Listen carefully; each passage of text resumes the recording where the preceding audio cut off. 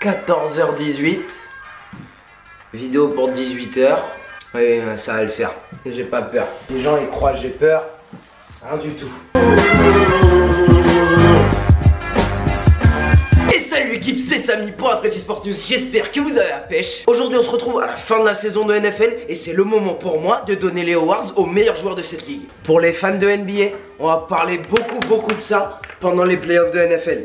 Je suis désolé, on a un mois, on parle beaucoup de ça. Et soyez pas tristes, c'est pas comme si en NBA la saison régulière c'était vraiment surprenant. Aujourd'hui on divise la vidéo comme ça. On commence par le meilleur rookie défensif, le meilleur rookie offensif, meilleur défenseur de l'année. On enchaîne par le MVP de la ligue et je vous dirai qu'il est le vrai MVP parce que j'ai entendu des vertes et des pas mûres sur les réseaux. Et on finit par le meilleur joueur offensif de la ligue parce qu'en général le meilleur joueur offensif c'est le mec qui est numéro 2 dans la course au MVP. Dans chaque catégorie je vous donnerai 2 ou 3 joueurs qui ont été dans la course selon moi. Si je suis pas d'accord avec l'avis général, je vous donne mon point de vue. Dans les commentaires si vous êtes pas d'accord avec moi, je vous attends juste en bas. Je suis prêt, moi je débat, moi je fais des débats, ma vie c'est de débat. On démarre avec le meilleur rookie défenseur de l'année et ça a été plutôt facile, il n'y a pas eu de compétition. À la Nouvelle-Orléans, les Saints ont sélectionné Marshon Lattimore qui sort de Ohio State. Il évolue au poste de cornerback et si vous regardez seulement ses chiffres, vous vous demandez vraiment s'il est rookie. Une seule passe interférence sur toute la saison. En NFL cette année, Marshon Lattimore est le deuxième cornerback dans le passing quarterback rating allowed. Ça signifie que parmi tous les défenseurs en arrière-champ en NFL, Marshon Lattimore est le deuxième pire pour un quarterback. Le premier c'est Harrison Smith des Vikings.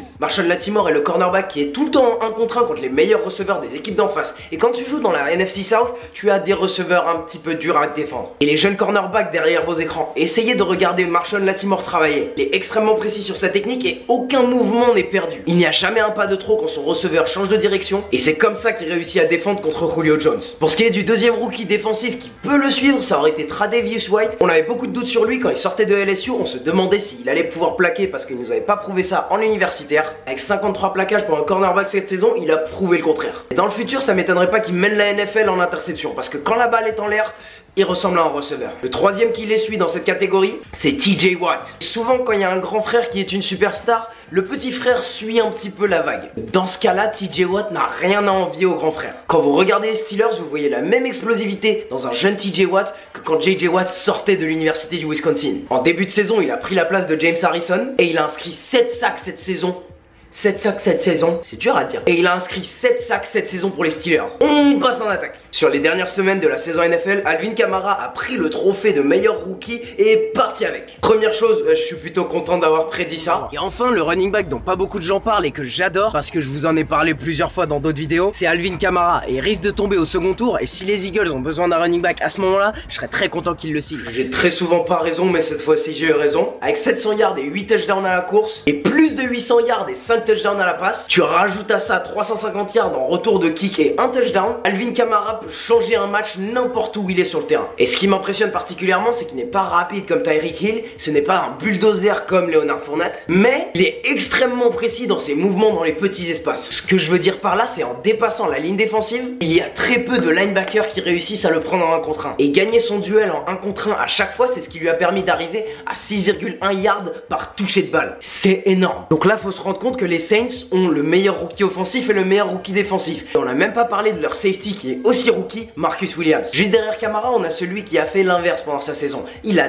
détruit la NFL pendant les 5 premiers matchs. Je vous parle de Kareem Hunt à Kansas City. Encore une fois, vous notez, c'est des running backs qui ont été choisis plus tard dans la draft. Ce qui nous rappelle encore une fois qu'aucun expert n'a aucune idée de quel joueur peut être bon dans la draft. Sauf moi. Kareem Hunt commence la saison contre les Patriots et prend 250 yards avec 150 yards à la course et 100 yards à la passe. Je l'avais dans mon équipe de fantasy, j'étais content. Après 5 matchs en NFL, il mène la ligue avec 609 yards à la course. Et cette belle avance lui a permis de finir l'année en étant premier à la course. Il perd le titre de meilleur rookie, je pense, parce que Kansas City s'est un peu perdu en milieu de saison. Mais maintenant, c'est là où j'interviens parce que je pense pas que le meilleur rookie c'est ni Alvin Kamara ni Kareem Hunt. Selon moi, même après seulement 6 matchs, je donnerai le trophée de meilleur rookie à Deshaun Watson. Encore une fois parce que le poste de quarterback a beaucoup trop de valeur pour une équipe. Maintenant je vous demande de faire un effort. Imaginez que vous regardez les 6 matchs de Deshaun Watson, vous enlevez le nom derrière les maillots, vous ne savez pas qui est sous l'uniforme. En 6 matchs, il lance pour 19 touchdowns, 1700 yards, une moyenne de 60% de passes complétées, et en particulier contre les Seahawks qui avaient toute leur défense à ce moment-là, il lance pour plus de 400 yards et 4 touchdowns. Et ce que je voyais en particulier pendant ce match, c'est qu'il prenait beaucoup de pression par les Seahawks qui se disaient que c'était un rookie et qu'ils allaient simplement faire la formule du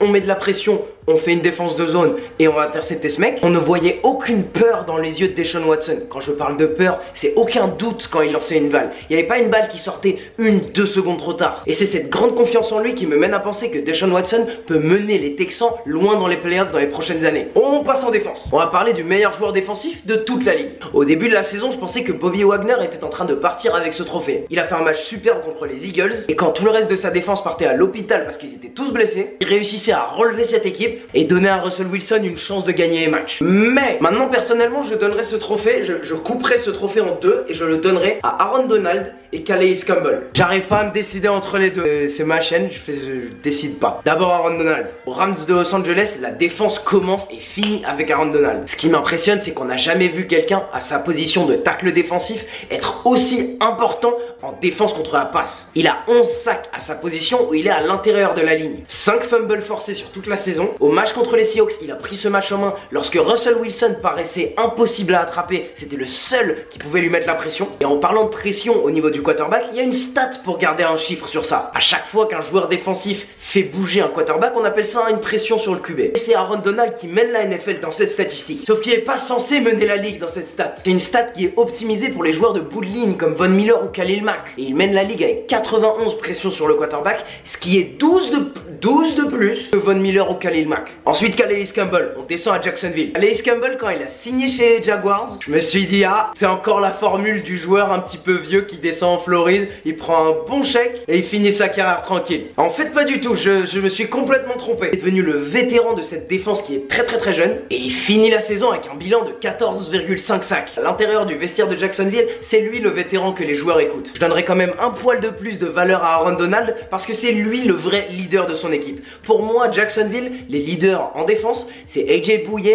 et Jalen Ramsey qui sont derrière. Parce que comme il couvre si bien les receveurs, il donne à Calais Campbell à chaque jeu de passe 1 ou 2 secondes de plus pour aller saquer le quarterback. Et je pense que ce chiffre de 14,5 sacs, il devrait remercier les defensive backs de son équipe. On passe maintenant aux grosses têtes d'affiche. C'est qui le MVP de la NFL? Entre 2007 et 2016, il y a eu 9 quarterbacks et un seul running back qui ont eu le titre de MVP. Donc aujourd'hui on a Todd Gurley qui se présente en tant que candidat pour être MVP. Donc maintenant on regarde les statistiques d'Adrian Peterson en 2012 pour comparer pourquoi on a donné le MVP à ce mec alors que c'est un moment où on donne le MVP seulement à des quarterbacks. Adrian Peterson avait couru pour 2097 yards, il s'était approché de ça du record d'Eric Dickerson au poste de quarterback à Minnesota et il a réussi à amener les Vikings en playoff. Non, il avait vraiment personne, il avait un joueur qui jouait receveur au poste de quarterback. Maintenant on regarde Todd Gurley, il est à peu près à 1300 yards à la course, 800 yards à la passe, mais c'est même pas le leader à la course de la ligue.